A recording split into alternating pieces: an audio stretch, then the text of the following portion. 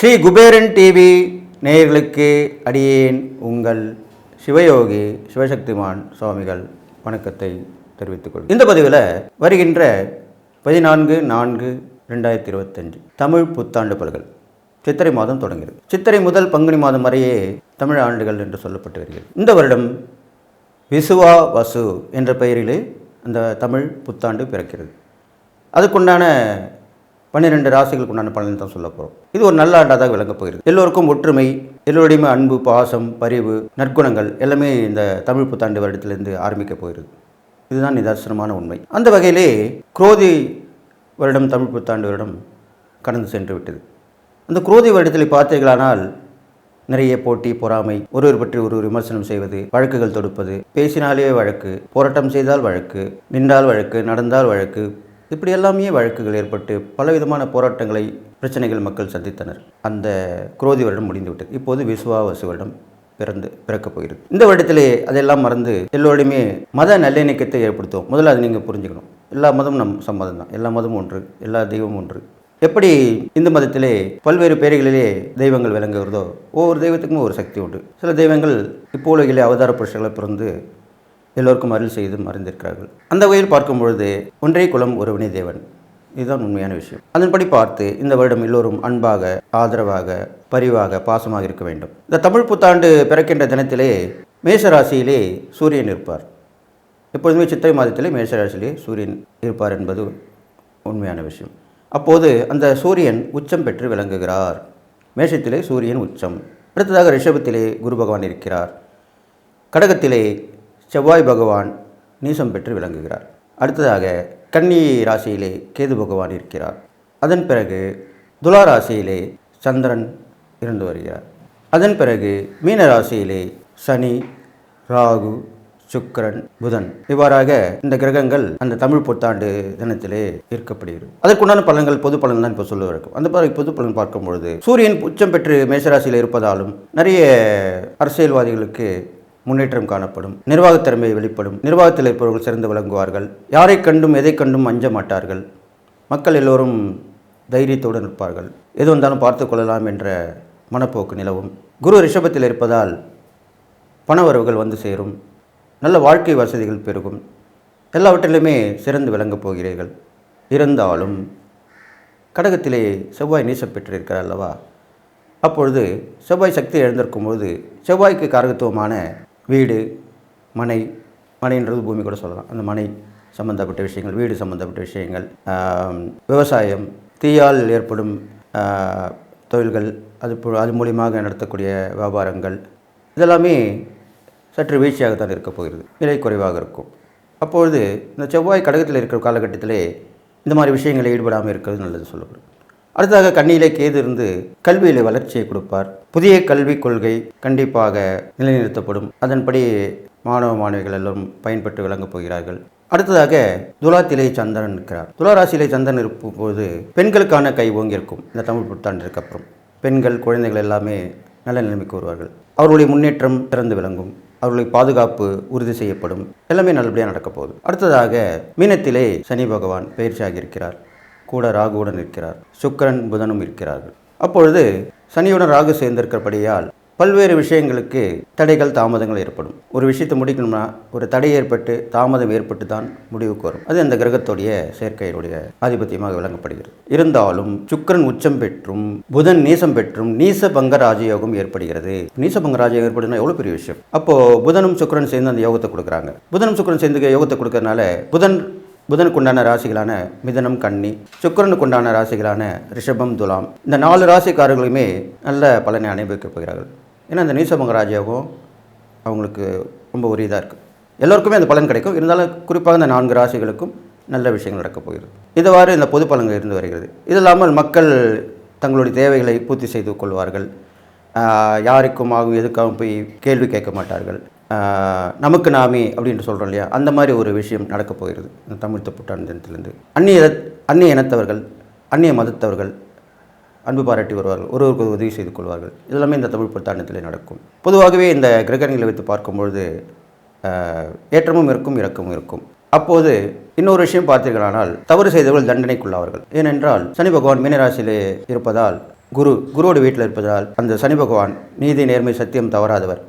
அப்போது குரு போதனை செய்பவர். அப்போது குரு நல்ல கிரகம் தான், சுப கிரகம். அப்போ நல்லது செய்தால் நல்லது நடக்கும், கெட்டது செய்தால் கெட்டது நடக்கும். தீய வழியில் போகாமல் இருந்தாலும், கெட்ட பழக்கத்தில் ஏற்படாலும், தீய ஒரு செயற்கை ஏற்படாமல் இருந்தால் நீங்கள் எல்லா நாளும் பெற்று வாழ்ப்பீங்கன்னு சொல்லி கும்பராசி நேயர்களை 12 ராசிகளுக்கு உண்டான தமிழ் புத்தாண்டு பலன் தான் சொல்கிறார். அந்த வகையில் இப்போ கும்பராசிக்காரன் சொல்கிறேன். கும்பராசிக்காரனுக்கு எல்லா விஷயமும் முடிய போகிற நேரம். கஷ்டங்கள் தேர்ந்து நல்ல நேரம் வரத்துக்கு உண்டான அறிகுறிகள் தோன்றக்கூடிய நேரமாக தான் இப்போ அமைஞ்சிருக்கு. இந்த தமிழ் புத்தாண்டு தினத்தில் உள்ள கிரகணங்கள் பார்க்கும்பொழுது உங்களுக்கு எல்லா கிழமையும் ஏற்றமாக தான் இருக்க போகுது. பெரும்பாலும் உங்களுக்கு உங்கள் ராசி விட்டு சனி பகவான் விலகி பாத சனியாக விளங்கப்படுகிறார். உங்களுக்கு ராசிக்கு 2ஆம் இடத்துல சனி, ராகு, சுக்கிரன், புதன் இவங்களாம் இருக்காங்க. அடுத்து பார்த்தீங்கன்னாக்கா 4ஆம் இடத்துல அர்த்தாஷ்டம குரு இருக்கார். அவர் 5ஆம் இடத்துக்கு போக போகிறார். அப்போ நல்லாயிடும். அதே மாதிரி 6ஆம் இடத்துல செவ்வாய் நேசமாக இருக்கார். 8ஆம் இடத்துல கேது இருக்காங்க. 9ஆம் இடத்துல சந்திரன். இப்படி தான் கிரகங்கள் இருக்குது. அதை வைத்து பார்க்கும்பொழுது பெரும்பாலுமான பிரச்சனைகள் உங்களுக்கு தமிழ் புத்தாண்டத்துலேருந்து தீர்ந்துடும். இன்னும் சனி மாறிடுவார். அதுக்கு முன்னாடியே கொடுக்கல் வாங்கல் நன்மை சீர்படும், ஒழுங்குபடுத்தப்படும், வர வேண்டியது கண்டிப்பாக வந்து சேரும். தடைகள் தாமதங்கள் தான் விலகிடும். குடும்ப உறவுகள் பலப்படும். குடும்பத்தில் அமைதி நிலவும். ஏதோ ஒரு காரியத்துக்கு போவீங்க, இன்னொரு காரியம் முடிஞ்சிடும், 1க்கு 2ஆக முடியும். அது மாதிரி நடக்க போகுது. அதுதான் விபரீத ராஜயோகம்னு சொல்லுவாங்க. அது மாதிரி உங்களுக்கு நடக்க போகுது. உங்கள் ராசிக்கு 2ஆம் இடத்துல புதனும் சுக்கிரனும் சேர்ந்து நீசபங்க ராஜயோகத்தை ஏற்படுத்தியிருக்காங்க. அதன் விளைவாக தான் அப்படி சொல்லப்பட்டது. அது இல்லாமல் கல்வியில் வளர்ச்சி இருக்கும். ஒரு படி படித்து இன்னொரு படி படிச்சிருவீங்க. டபுள் டிகிரிலாம் சொல்லுவீங்களா, அந்த மாதிரி அது மாதிரி படித்து அதுக்குண்டான திறமை வளர்த்து அது மூலிமா முன்னேற்றம் அடைஞ்சிருவீங்க. இது இல்லாமல் முதல்ல ஒரு 2-3 மாதங்கள் கஷ்டமாக இருந்தால் கூட அடுத்து வரக்கூடிய காலங்கள் நல்லா இருக்க போகுங்க.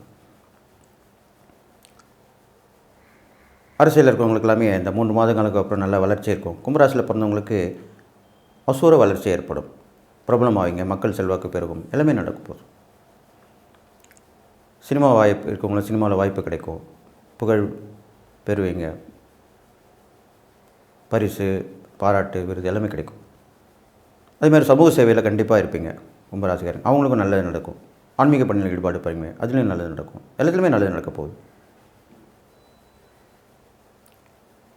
அது இல்லாமல் நோய் நொடி இருந்தாலுமே இப்போ கொஞ்சம் காலமாக இருந்து தான் வந்திருக்கும். அது எல்லாமே சரியாயிடும். அதுக்குண்டான கிரக சேர்க்கை தான் வந்திருக்கு. கண்டிப்பாக நல்லது நடக்கும். எது எப்படி இருந்தாலும் வாய் வார்த்தை அதிகமாக வைத்துக்கொள்ளக்கூடாது. கவனமாக இருக்கணும். பேச்சில் கவனமாக இருக்க வேண்டும். இன்னும் அது நீங்கள் அரசியல் இருந்தீங்கன்னா ரொம்ப கவனமான பேச்சாக இருக்கணும். நீங்கள் சொல்கிறது ஒன்று அவங்க கேட்குறது வேறு விதமாக கேட்டு அதை மாற்றி போட்டுருவாங்க. இது மாதிரிலாம் இப்போ நடந்துன்னு தான் இருக்குது. ஒரு பேட்டி கொடுக்குறாங்க ஒருத்தர்னா அதை அப்படியே மாற்றி திரித்து போட்டுருவாங்க. அதனால அவங்களுக்கு பிரச்சனை வந்து அது எந்த துறையில் இருந்தாலும் சரி, பிரபலமாக உள்ள துறையில் இருக்கவங்களுக்கு அந்த பாதிப்பு வந்துட்டு தான் இருக்குது. நம்ம பார்த்துட்டு தான் இருக்கோம், கேட்டுட்டு தான் இருக்கோம். ஸோ அதில் கவனமாக இருக்கணும். பேச்சில் கவனம், நிதானமாக இருக்கணும். ஒவ்வொரு அசைவிலுமே நிதானமாக இருக்கணும் உங்களுக்கு. அப்போ கண்டிப்பாக நல்லது நடக்கும். பெரும்பாலும் உங்கள் ராசி அதிபதியார் சூரிய பகவான் இருக்கிறனால பெரிய பாதிப்பு வராது. எப்பவுமே கும்பராசிக்காரங்களையும் கும்பலக்கணக்காரங்களையும் முன்னிருந்து தான் நிலைநிறுத்தி எல்லாருமே செய்வாங்க.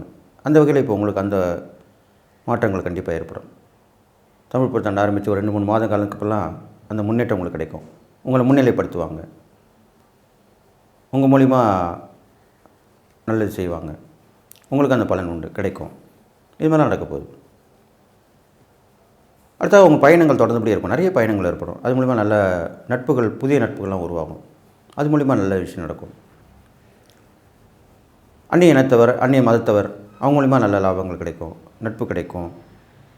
தொழில் வியாபாரத்தில் அந்த தொடர்பு ஏற்படுத்தி அது மூலிமா வளர்ச்சி அடைவீங்க. எல்லாமே நடக்கும். படிப்பில் மட்டும் கொஞ்சம் மந்தமாக இருக்கும். அதில் கொஞ்சம் பார்த்து பண்ணிக்கணும். ஆனால் கவனமாக படிச்சிட்டிங்கன்னா கண்டிப்பாக அதில் வெற்றி பெறுவீங்க. போட்டி பந்தயம் கலந்து வெற்றி பெறலாம். அதெல்லாமே நடக்கும், நல்லது நடக்கும். அடுத்ததாக பெண்கள் வழியிலையும் கொஞ்சம் சில பேருக்கு வரக்கூடாத நோய் நொடிகள் வரத்துக்கு வாய்ப்பு இருக்குது. அதில் நீங்கள் கவனமாக பார்த்துக்கணும். இது முதல் ஒரு 2-3 மாதங்களுக்கு தான் அப்படி இருக்காங்க. அது கொஞ்சம் உஷாராக இருக்கும். அதுக்கப்புறம் சரியாயிடும். அதுக்கப்புறம் அந்த பாதிப்புகள் வரத்துக்கு வாய்ப்பு இல்லை. அப்போ உடனே கவனமாக இருக்கணும். இது இல்லாமல் நிறைய கூட்டம் கூடுற இடத்துல அது மாதிரிலாம் கலந்துக்கக்கூடாது. இப்போ பார்த்தீங்கன்னாக்கா நிறைய இடத்துல பாருங்கள், கூட்டம் கூடினாலே நிறைய விபத்துகள், உயிரிழப்புகள்லாம் ஏற்படுது. இது மாதிரிலாம் நடந்துட்டு வருது. நிறைய பேர் கூடுற இடத்துல இருக்கிறது சரியாக வராது. அது கோயிலாக இருக்கலாம், தீர்த்தவாடியாக இருக்கலாம், எது வேணால் இருக்கலாம், பொதுமக்கள் கூடுற இடமா இருக்கலாம். அதுக்கெல்லாம் போயிட்டு வரணும், கவனமாக இருக்கணும். பொதுவாகவே மக்கள் கவனமாக இருக்கணும். அவங்கவுங்க உயிரை அவங்க தானே பார்த்துக்கணும். அது அவங்க யாருமே அப்படி கவலைப்படுறதில்ல. அதனால தான் இப்படி உயிரிழப்புகள் நடக்குது. நம்மளால் போனால் நம்மளால் முடியாதுன்னு தெரியுது. அப்போயே போகணுங்க. அது நீங்கள் கவனமாக இருக்கணும். அப்போ நீங்கள் இந்த கும்பராசிக்காரங்க அந்த மாதிரி விஷயத்தில் கவனமாக இருக்கணும். இது இல்லாமல் உங்களுக்கு தந்தை வழி உள்ள சில பிரச்சனைகள் போகும். பெரும்பாலும் ஒரு சண்டை ஏற்பட்டு, ஒரு பஞ்சாயத்து ஏற்பட்டு, பூர்வீக சொத்து பிரச்சனை இருந்தால் தீர்ந்துடும், சரியாக வந்துடும், கைக்கு வந்துடும். அதில் நான் சந்தோஷமாகிடுவீங்க. உங்கள் கஷ்டங்கள் எல்லாமே போயிடும். பெரிய தொகை வரக்கூடிய அமைப்பாக இருந்தால் அது சேர்ந்துடும் உங்களுக்கு. அது மாதிரிலாம் வரப்போகுது. அது வம்பு வழக்கு மூலிமா வரலாம், சொத்து மூலிமா வரலாம், எப்படி வேணாலும் வரலாம். அதெல்லாம் வந்துடும் உங்களுக்கு. அதான் விபரீத ராஜயோகம்னு சொன்னேன். வரக்கூடாது வந்து சேரும். அது மாதிரி வந்துடும். அப்போ நீங்கள் பயன்படுத்திக்கலாம். அது இல்லாமல் கும்பராசிக்காரருக்குன்னு பார்த்தீங்கன்னாக்கா, எப்பயுமே ஒரு விஷயத்தை வெளியே சொல்ல மாட்டாங்க. அவங்ககிட்ட நிறைய திறமைகள் இருக்கும். நிறைய அவங்களே சொல்ல மாட்டாங்க. அதெல்லாம் போய் நீங்கள் சொல்லி தான் ஆகணும். அப்போ தான் உங்களுக்கு முன்னேற்றமாகும், தன்னம்பிக்கை வரும், தைரியம் வரும். இப்போ நீங்கள் பார்த்தீங்கன்னா சமீபத்திலலாம் திறமை உள்ளவங்கள இன்னொருத்தவங்க கொண்டு வந்து காமிச்சு அவங்கள நல்ல பெரிய ஆளாக்கி விட்றாங்க. இது நடந்துகிட்டு தான் இருக்குது. அது கலைத்துறையாகட்டும், சமூக சேவையாக இருக்கட்டும், அரசியல் துறையாக இருக்கட்டும், சினிமா துறையாக இருக்கட்டும், எப்படி வேணால் இருந்துட்டு போட்டோம். ஒன்று அவங்களே முன்னுக்கு வரணும், இல்லைனா இன்னொருத்தவங்க முன்னுக்கு வர வைக்கணும். இப்படி தான் இந்த 2 விஷயமுமே உங்களுக்கு நடக்க போகுது. அதுக்காக தான் அப்படி சொல்லியிருக்கேன். யாருமே உங்களை முன்னிலைப்படுத்தலாம், நீங்களே முன்னிலைப்படுத்திக்கலாம், தப்பு கிடையாது. என்கிட்ட இந்த திறமை இருக்குன்னு சொல்லுங்கள், தப்பு இல்லை. அது தற்பெருமை ஆகாது. உங்களோட திறமைக்கேற்ற ஊதியம், வருமானம் கண்டிப்பாக கிடைக்கும். அதில் என்ன தப்பு இருக்க போகுது?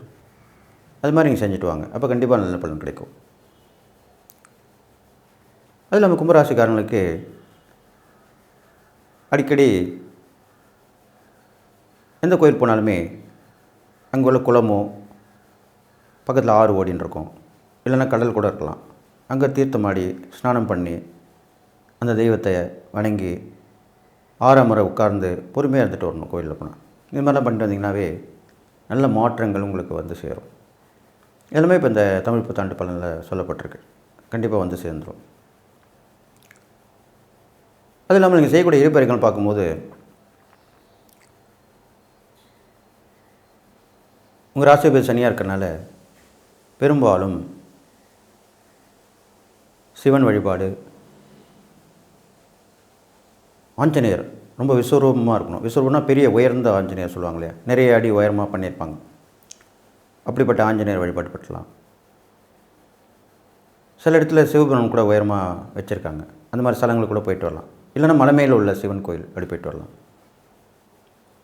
மலை மேலே உள்ள ஆஞ்சநேயர் கோயில், இது மாதிரிலாம் போயிட்டு வந்தீங்கன்னா உங்களுக்கு விசேஷமான பலனை கொடுக்க போகுது. கண்டிப்பாக உங்களுக்கு நல்லது தான் நடக்கும். அது இல்லாமல் தானதனம் பண்ணும்போது நிறைய நோய்வாய்ப்பட்டிருக்கவங்களுக்கு, அது இல்லாமல் உழைச்சி கூட ஒன்றும் இல்லாமல் இருக்கிறவங்களுக்கு அவங்களாம் உதவி பண்ணலாம், தப்பு கிடையாது. துப்புரவு தொழிலாளர்கள் அந்த மாதிரி உள்ளவங்களுக்குலாம் அவங்க சுத்தம் பண்ணலன்னா நல்ல சுகாதாரம் கெட்டு போயிடும். அப்படிப்பட்டவங்களாம் உதவி பண்ணணும். நீங்கள் இதெல்லாம் செஞ்சுட்டு வந்தால் நல்லது. அப்போ அந்த புண்ணியங்கள் கிடைக்கும். தானத்தின் மூலமாக தான் அந்த புண்ணியங்கள் உங்கள் கணக்கில் சேரும். இது இல்லாமல் நீங்கள் எதுவுமே அமர்ந்து யோசனை பண்ணி தான் இந்த காலகட்டத்தில் செஞ்சுட்டு வரணும். எடுத்தும் கவுத்தும் செய்யக்கூடாது எதுவுமே. அப்போ உங்களுக்கு நஷ்டத்திலாம் முடியாது. பெரும்பாலும் கும்பராசிக்காரர்களுக்கு இந்த தமிழ் புத்தாண்டுக்கு அப்புறம் நல்ல உத்தியோகம் கிடைக்கும். தொழில் வியாபாரத்தில் கூட்டு முயற்சி பலிதம் கொடுக்கும்.